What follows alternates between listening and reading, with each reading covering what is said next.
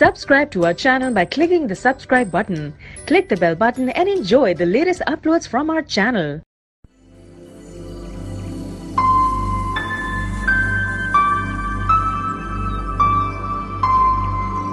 ابھی ہم بات کرتے ہیں ذکر تھراپی کے حوالے سے کہ کن امراض کے اندر اللہ رب العزت کے کن اسماء الحسنہ کو اگر پڑھا جائے تو اس سے ہمارے کون کون سے مرض بہتر ہوتے ہیں۔ اس کی ترتیب یہ ہے کہ اول آخر دروشی پڑھیں، اس کے بعد اسماء الحسنہ سارے ایک دفعہ جو ہے وہ پڑھ لیے جائیں، اس کے بعد پھر اپنی ضرورت کے اعتبار سے اس مرض سے متعلق جو اسماء الحسنہ ہیں ان کو پڑھ لیں تو اس سے ہمارے جو ہے وہ مسائل ختم ہو جائیں گے۔ نا امیدی سے بچنے کے لیے، نا امیدی یہ ایک بہت بڑا عارضہ ہے۔ اس وقت ہم بات کے اوپر ڈسہارٹ ہو جاتے ہیں، ہمیں جب ہماری توقعات ٹوٹتی ہیں اور پھر ہم جو ہے وہ پریشان ہوتے ہیں، پھر ہم نا امید ہوتے ہیں اور دنیا سے اور دین سے اور اپنے پیرنٹس سے، اپنے رشتوں سے منہ موڑنے لگتے ہیں۔ اگر ہمارے پاس نا امیدی کی کیفیت تو اس سے ہم بچنا چاہتے ہیں تو یا واحد یا وہاب یا حلیم 116 مرتبہ ہم اسے پڑھیں، اور اول آخر درود شریف ہو، ایک دفعہ تمام اسماء الحسنہ ہو، اس کے بعد 116 مرتبہ یہ اسماء المبارکہ پڑھ لیے جائیں، اس سے نا امیدی ختم ہوتی ہے۔ اسماء المبارکہ دوبارہ رپیٹ کیے دیتا ہوں، یا واحد یا وہاب یا حلیم، ایک دفعہ پھر رپیٹ کر دیتا ہوں، یا واحد یا وہاب یا حلیم 116 مرتبہ انہیں پڑھا جائے اور اس کے بعد دعا مانگ لی جائے۔ جادو کے اثرات اگر محسوس ہوتے ہیں، خاص طور پہ کالا جادو، سفلی علم، ایسی کیفیت ہو تو اس کے علاج کے لیے یا وہاب یا سمیع، یا وہاب یا سمیع اسے 194 مرتبہ پڑھا جائے اور اس کے بعد دعا مانگ لی جائے۔ ترکیب اس کی بھی یہی ہے کہ اول آخر درود شریف پڑھیں گے اور ایک دفعہ تمام اسماء الحسنہ ادا کریں گے اور اس کے بعد پھر ہم یہ اسماء المبارکہ پڑھ لیں گے تو جادو سے انشاءاللہ حفاظت ہوگی، جادو ٹوٹ جائے گا۔ سوزش جگر کے لیے یا لطیف یا رقیب، یا لطیف یا رقیب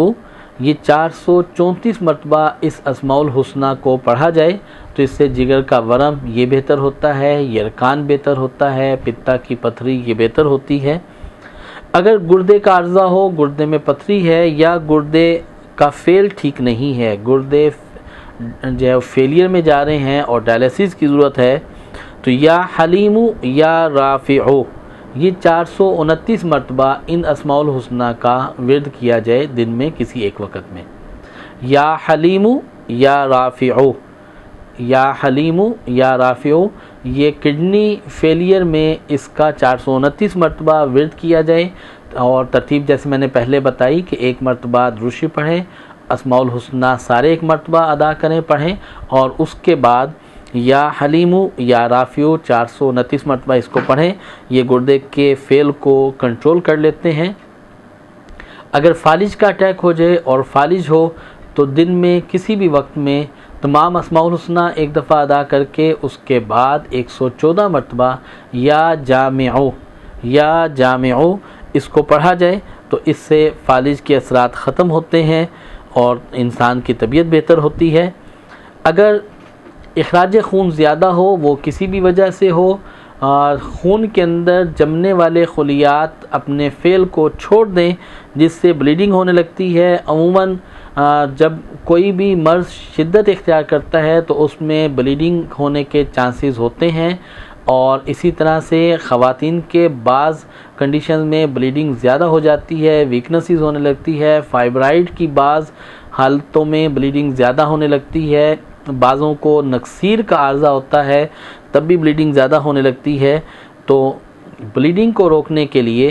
اس کو کنٹرول کرنے کے لیے یا سمیع یا غفار، یا سمیع یا غفار اسے 1461 مرتبہ پڑھا جائے اور اس کے بعد دعا مانگ لی جائے، اس سے یہ انشاءاللہ بہتر ہوگا۔ ایک اور عارضہ جس کا تعلق معدے سے متعلق ہے، دائمی قبض۔ دائمی قبض جو ہے بہت سی بیماریوں کی جڑ ہے۔ شوگر اس سے ڈیولپ ہو جاتی ہے، موٹاپا اس سے ڈیولپ ہو جاتا ہے، طبیعت کے اندر چڑچڑاپن اس سے آ جاتا ہے، مزاج کے اندر تبدیلیاں اس سے بہت زیادہ رونما ہوتی ہیں، انسان ہر وقت اریٹیشن کا شکار رہتا ہے۔ اس کے علاج کے لیے یا مالکو یا حفیظو، یا مالکو یا حفیظو 902 مرتبہ اس کا ورد کیا جائے۔ ترکیب یہی ہے، دائمی قبض کے علاج کے لیے آپ اول آخر درود شریف پڑھیں، تمام اسماء الحسنہ ایک مرتبہ ادا کریں، اور یا مالکو یا حفیظو 902 مرتبہ اس کا ورد کریں، اس سے دائمی قبض بہتر ہو جائے گی انشاءاللہ العزیز۔ ذکر تھراپی کے حوالے سے آئندہ کچھ اور چیزیں آپ کی خدمت میں پیش کریں گے۔ اللہ ہم سب کا حامی و ناصر ہو، اور ہمیں جو ہے وہ اسلام کے اوپر استقامت کے ساتھ چلنے کی توفیق عطا فرمائے۔